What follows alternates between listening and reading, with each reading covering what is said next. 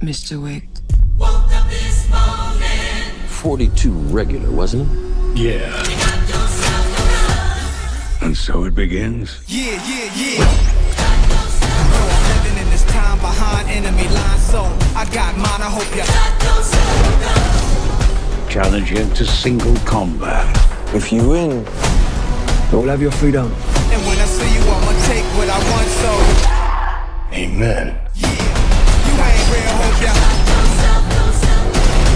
Y'all feel the wrath of Miller.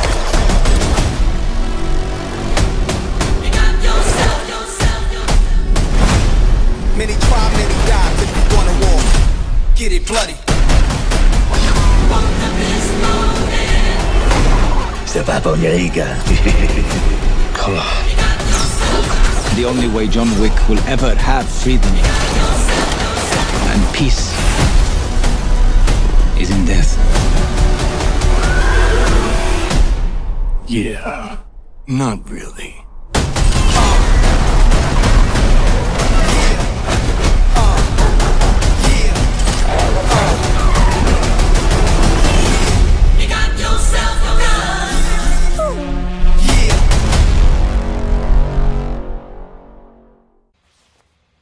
Hello, this is Heather Hurt with the NRW, where nerds rule the world, and I am here with Chad Stahelski, the director and executive producer of John Wick Chapter 4. How are you today, sir? I am good, Heather. That name cracks me up. That's an awesome title. Thank you. We try to have fun. And nerds do rule the world, That's pretty funny. We are at the end, not the end, never the end. But tell us, how do you feel coming into this fourth chapter? You have now told the full story, we think, of John Wick. How do you feel coming into this? Now that we're here. That's a good question. I think we've been asked that a few times. It's really cool. It's satisfying that people like what you do. It's cool that we feel like we did something cool with the character. Same time, a little sad. Not gonna lie to you. I remember I try to shoot in sequence as much as possible in continuity. So when we shot the last day with Keanu, with John Wick dying on the steps, it's a little sad. We all kind of know what it means. But, we're laughing, but then there's, we're kind of relieved, going, "Woo, hopefully this will be good." But it's a little sad. And then we wrap up and we do our tour and all that stuff. Look, it's cool. I mean, it's like when you meet somebody you really like. You're thankful for the time together, and but you got to part ways at some point. So we love John Wick, and maybe we'll bump into him again. Crossing some fingers, I won't deny.